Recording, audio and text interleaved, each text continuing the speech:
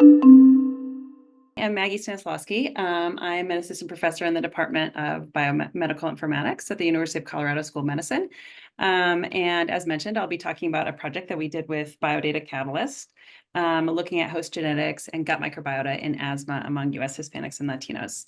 And then Liz Litowski, who is a postdoc in the Department of Neurology at the University of Michigan, will be doing more of the hands-on part. And so this, as Natalie mentioned, this was given at the TOPMed Annual Conference this year. And then we just want to acknowledge all of the co-authors on this work. So this was a BioData Catalyst Fellowship project. And so we aimed to look at genetics, specifically in asthma polygenic risk score, and the gut microbiome in relation to asthma in the SOL cohort, which was just highlighted. And so that was among, Hispanics and Latinos adults.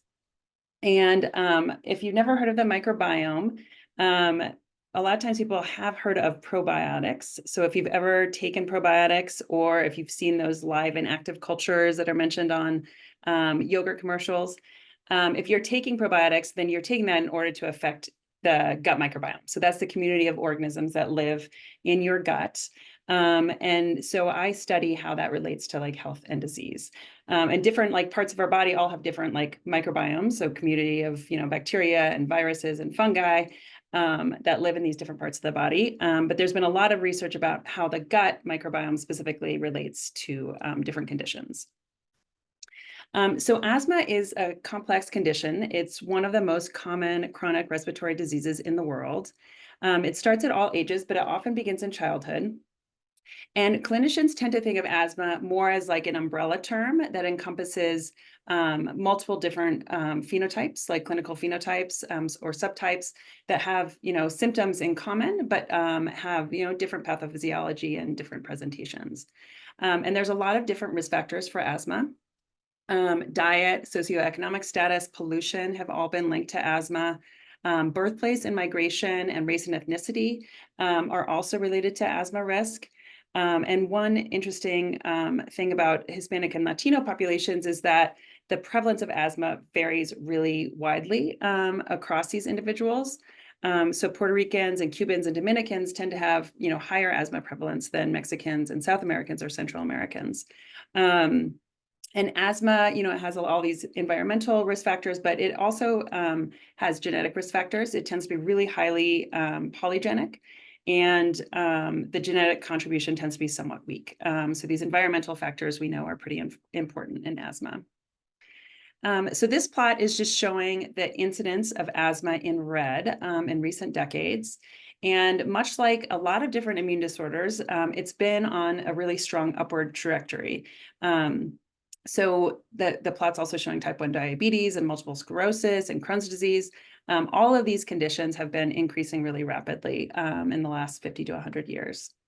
And we know that this is also true of obesity. This is true, in the US, but around the globe. Obesity prevalence has been increasing really rapidly. And one interesting thing about asthma is that it tends to be linked with obesity. So each condition increases risk for the other condition, and they tend to be effect modifiers for each other. And there's been a lot of research in the last 20 to 30 years linking the gut microbiome to obesity. And in fact, there's evidence that the gut microbiome plays a causal role in obesity. Less is known about the role of the gut microbiome in asthma. There's been some research linking the gut microbiome in children to the development of childhood asthma, but there hasn't been a whole lot of work in adults. And so why would the gut microbiome affect asthma? It's probably more obvious, asthma is a lung condition. So the lung microbiome or the respiratory tract microbiome might be more of an intuitive link. But the main reason that the gut microbiome might be involved is that the gut microbiome is really involved or interacts really extensively with the immune system. There's a lot of crosstalk between the gut microbiome and the immune system. And we know that chronic inflammation is a really important characteristic of asthma. It's also a characteristic of obesity. And the gut microbiome actually makes a lot of anti-inflammatory metabolites or products. So one of those is short chain fatty acids. That's a group of metabolites that are really potent anti-inflammatories.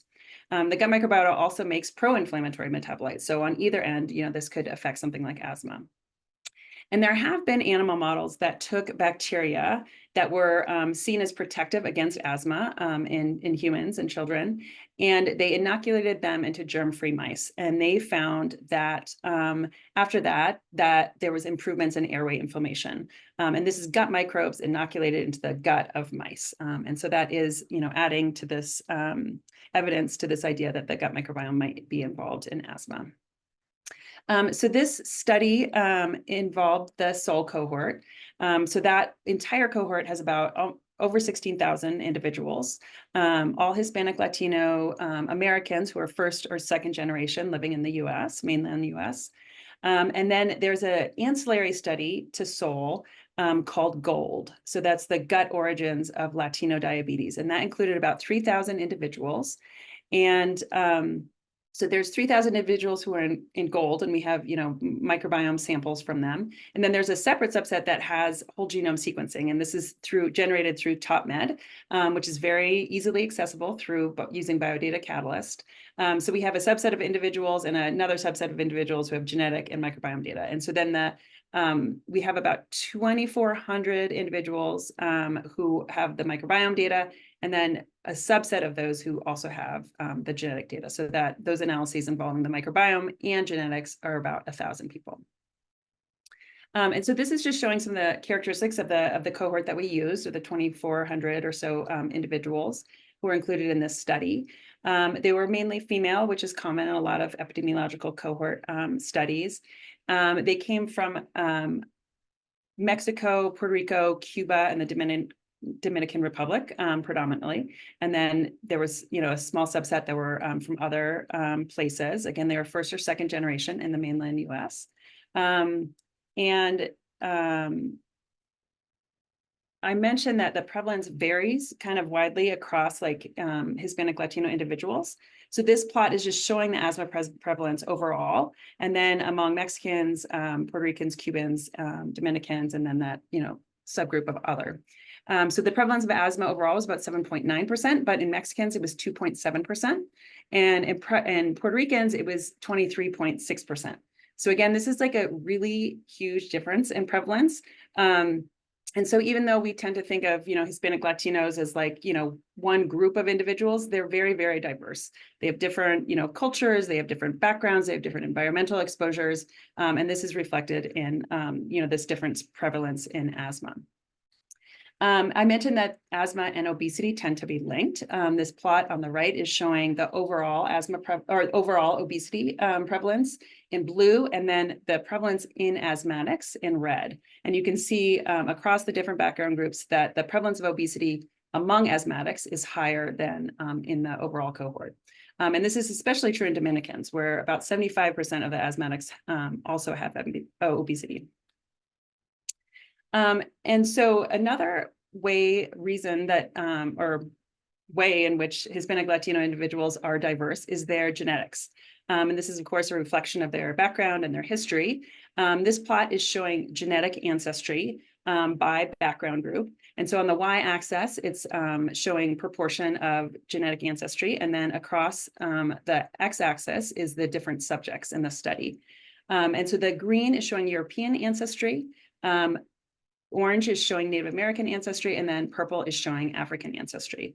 And you can see that across these different national background groups, there's really different proportions of these three different continental ancestries. So Mexicans tend to have a lot of European ancestry, but really a lot of Native American ancestry compared to some of these other groups, and a lot less African ancestry. Whereas Puerto Ricans and Dominicans have a much higher African ancestry, and then less Native American ancestry. And so this might also relate to that variation in the prevalence of asthma, because Native American ancestry tends to be associated with certain protective factors that protect against asthma. And then African ancestry tends to be associated with certain factors that increase risk for asthma. So this specific project, we looked at two outcomes. So we compared people with current asthma versus people with no history of asthma, so no indication of asthma symptoms. And then we also looked at an asthma obesity phenotype. So that's non-obese asthma, obese asthma, and then non-asthmatic obesity. And we compared those to individuals who had neither obesity or asthma. And so our first question was, are there microbiome differences with asthma status or with asthma obesity status? We also did some comparisons among individuals who have either asthma or obesity or both. I won't dig into that too much today. And then we asked, are there microbial taxa that are causally linked to asthma or obesity? And then we looked at an asthma polygenic risk score, and we asked whether or not that is, how that associated with these asthma obesity phenotypes. And then we were curious if microbiota information improved models of asthma and obesity above and beyond baseline risk factors and then the polygenic risk score.